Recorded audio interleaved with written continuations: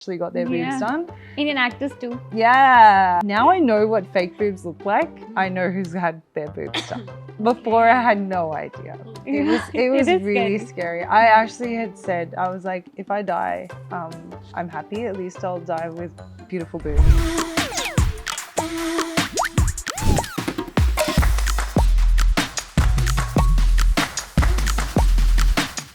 It wasn't good for my mental health, so I had to get off that. Then they shrunk again, and then they just never grew.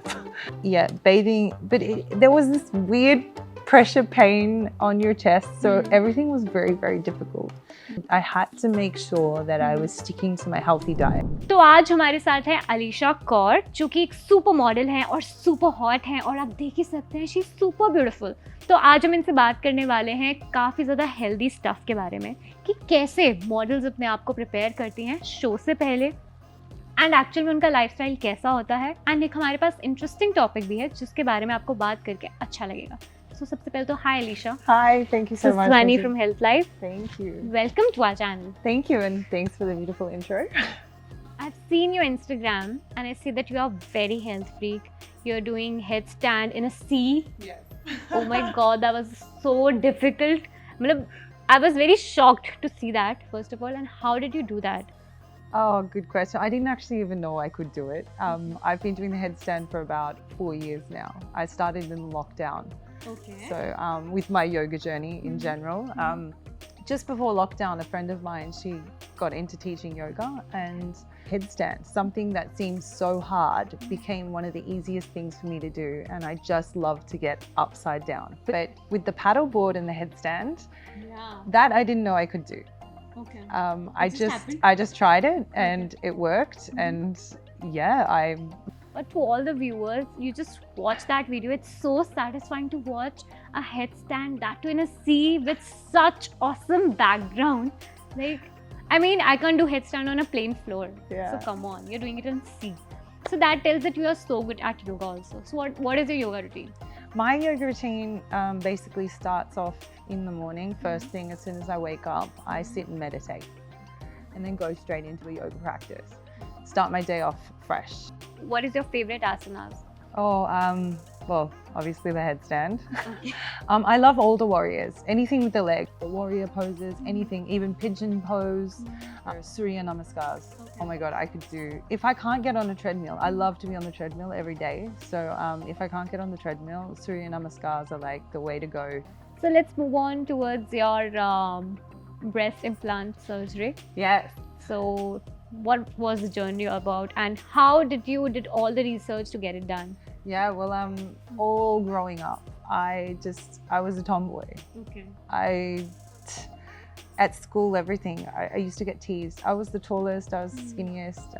I kind of looked like a boy physique-wise, and my breasts, they never grew.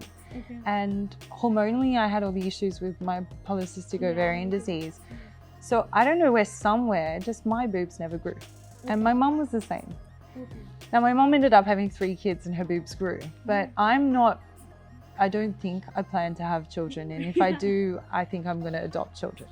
Okay. So I was like, I don't know if I can wait until after I have kids to see if they grew, but they just never grew. And I just, in my body, I felt like such a masculine human, just with even my body structure and everything. I just felt so manly. And even if people would say to me like, oh, you're beautiful, or you're pretty, I would just be like, I just felt like a man in a way. Like, I know I'm not a man, but I just felt very tomboy, very manly. I'm 14 going through all this hormonal stuff. I ended up going on contraceptive, and one actually made my boobs grow temporarily. But it wasn't good for my mental health, so I had to get off that. Then they shrunk again, and then they just never grew. And at one point, actually, even one was bigger than the other. Yeah. That is a natural thing. Yeah, apparently it is. I had no idea. I'm so happy that I did this. And part of the reason why I did this is because I wanted to feel really good in my body. And today we have the resources. I'd seen many, many doctors over the years, and pretty much everyone was like, I didn't know a human that had actually gone to them. It was just me just seeing their work and me going like, oh shit, do I do I get it or do I not? And then people would scare me and they'd be like, oh, do you know anybody who'd gone to that doctor? And what if you die? And because we have seen a lot Yeah. of fakes of videos, you know, Yeah. failed videos. yeah, So yeah. that scares. Yeah. It does scare you, and I was scared basically from 14 until I'm 33 now.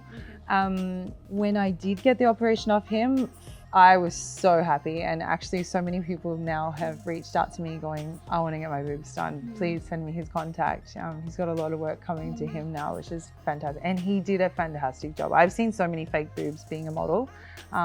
Every almost international Brazilian model that I know, or even just a lot of the foreign models that I know, they get their boobs done. And actually now I know that a lot of Indian models actually got their boobs done. Indian actors too. Yeah. People might know. But now I know what fake boobs look like. I know who's had their boobs done. Before I had no idea. I literally it was scary. I know it was really scary. I actually had said, I was like, if I die, I'm happy. At least I'll die with beautiful boobs. Because we're all scared. It's not easy to get an operation. After getting them done, and I just I could feel obviously this huge pressure on my chest, but I knew that they were there, and I'm like, oh my God, what have I done?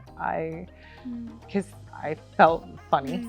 But then obviously after once I saw them, I felt so good in my body, again, like the feeling with my nose, that I was just like, I'm so happy that I did this. I feel so sexy in myself, which is what I guess I went in there for. It wasn't for other people's attention, it was nothing. I just felt my proportion.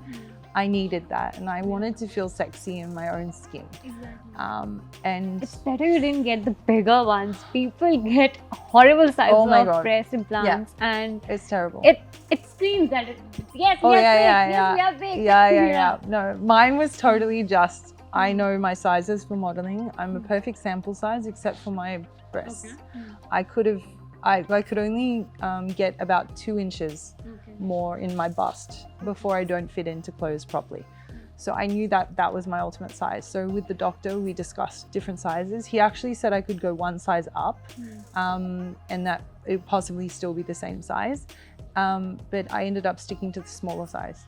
And I'm so glad I did that, because I'm just fitting into clothes perfectly. If I went the bigger size, I think I would be a bit expanded. And what about the aftercare? After the surgery, what was happening? What was the feeling? And how did you take care of everything? Well, you can discuss the food habits also. Food habits stayed exactly the same. I had to make sure that I was sticking to my healthy diet, because I wasn't able to work out. You can't work out for at least 6 weeks after breast enlargements, or any surgery really. My food, although I was craving certain naughty foods, I did stick to the water, the fruit, the salads, and the legume grains. When it came to aftercare, I had to ice all the time. Icing was like, my ice packs lived basically on my chest. There is a lot of pressure, and obviously the skin expands too, so there is quite a lot of swelling. You're not supposed to move your arms too much. Like, I couldn't lift my arms up more than this, and you're not supposed to really flex your pectoral muscles. So I had constant help at home for the first 2 weeks, even helping lay down, pick up. It was so hard to do anything, because you're not supposed to push. So no pushing, no pulling, nothing like that. So it was very much like, I felt very useless actually. In the for first 2 weeks. 36 weeks, you're not allowed to do anything, right? For at least 4 weeks, you're definitely not allowed to do. No bathing, nothing. Bathing, yeah, you can do, but you've just got to be careful. You can't lift up your arms. So bathing, but there was this weird pressure pain on your chest. So everything was very, very difficult. After 2 weeks for me, most of the pain had actually subsided, especially I could breathe properly, basically, because there was a little bit of that pressure on the chest, which made breathing harder. And actually my doctor told me originally, after 2 weeks, you should be good to go back to really easy work. So I had a couple of jobs booked in which I had committed to. So I did go back to work, but I couldn't pull. And I had to be very, very careful.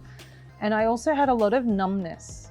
So because I got the cuts underneath my breasts, there is like some areas which were quite numb.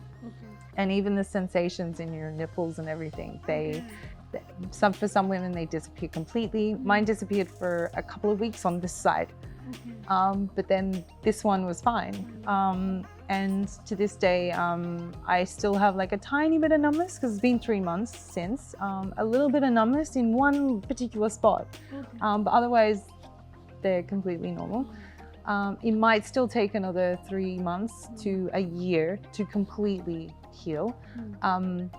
But that first 6 weeks, it's very important to really take it easy on yourself. Like, you can't even have sex for the first 4 weeks. It's like strict. After 6 weeks, you still have to be careful about going about exercise to ease your way into it. Even walking was really quite difficult after even 4 weeks. I just felt the movement of the chest. So I have like sports bras and everything that you're obviously recommended to wear from the beginning. But I still, like, to this day, 3 months later, I'm wearing these tight sport bras when I'm doing my workout. But why they suggest to wear sports bras, the tight ones? Because just to keep them supported. Okay. Even those like you can't wear underwire bras. Just the tight. Just the tightness. Just to get the better support. Yes. Got it. Yeah. Okay. Yeah. So you don't want to put any extra pressure on them. Right. And that, what I was talking about earlier, there's this membrane that which protects the silicone. It's not, no. We create, so because the silicone is foreign in our bodies, a slight, like almost membrane can be created by your body to try to almost disregard. Got it. It's very complicated. I'm not a doctor. That's a lot of science. You can actually look it up. But yeah, that can actually affect you, and it can squeeze the silicone. And it's almost like your body's rejecting it. And if that happens in the first like 3 to 6 months, it can happen even earlier in your operation. So you've got to be careful. You've got to massage them. If that can happen, then you need to go in to get that cut away. But then also some women, they have them removed because of it, because their body just rejects them. So that's why it's really important to take care of yourself in the first initial, at least. I think people don't take care properly, or they don't do the aftercare properly. That is why we see a lot of failure cases, right? And I think in India, why most people are scared to actually get it done here, it's nothing against, the doctors are good. I do know that. I know many girls now who've had their breasts done in India. The thing is them taking care of themselves. If you have a poor diet, your obviously risk of infection is higher. Also, just the fact that it's dusty, if you're not cleaning them, if you're not careful, you can risk infection. Like, I did think at one point my cut on my left side was going to get infected. But in that case, I saw the doctor, obviously. He said, look, we used a particular cream, had to be a little careful. And after I dried myself, I had to make sure that I was using a clean cloth every single time. So just like hygiene. And I was fine. I did actually get a weird rash that happened on my body after, because we're pumped with antibiotics. Right. My body doesn't like antibiotics. Okay. So there are medications that you have to follow. Yeah. Because when you're in the hospital, from that moment, you do get pumped with antibiotics and everything you do. I was out for under anesthesia for an hour and a half while they did the procedure. And then I was in hospital for a night, and then I came out the next day. That period, I was pumped with antibiotics. I was pumped with IV fluids and all of that stuff. And then I took an antibiotic after that and some painkillers. But I had to go off everything after 3 days because I started producing this rash, which has happened before from just me taking, in the past, if I've had antibiotics, I do tend to get this weird rash. So there was nothing abnormal. I just went off the medication, I went off the painkillers, and I just had to ice. And if I felt any extreme pain, he would suggest a Dolo or something. But Dolos give me a headache, so I just avoid. I don't like medicine. I really don't like medicine. I'll try to do everything natural, yeah. I can't do as much upper body stuff as what I normally would have because I don't want them looking... To give more pressure to them? Yeah, pressure, but also because I'm quite muscly still, I don't want them to like look fake. Okay. So with too much chest workout, I they could look like a perfect circle. Exactly. Like they have just been attached. Yeah. So it's been a long interview and I thoroughly enjoyed it and I feel the same for you. Yes, thank you so much.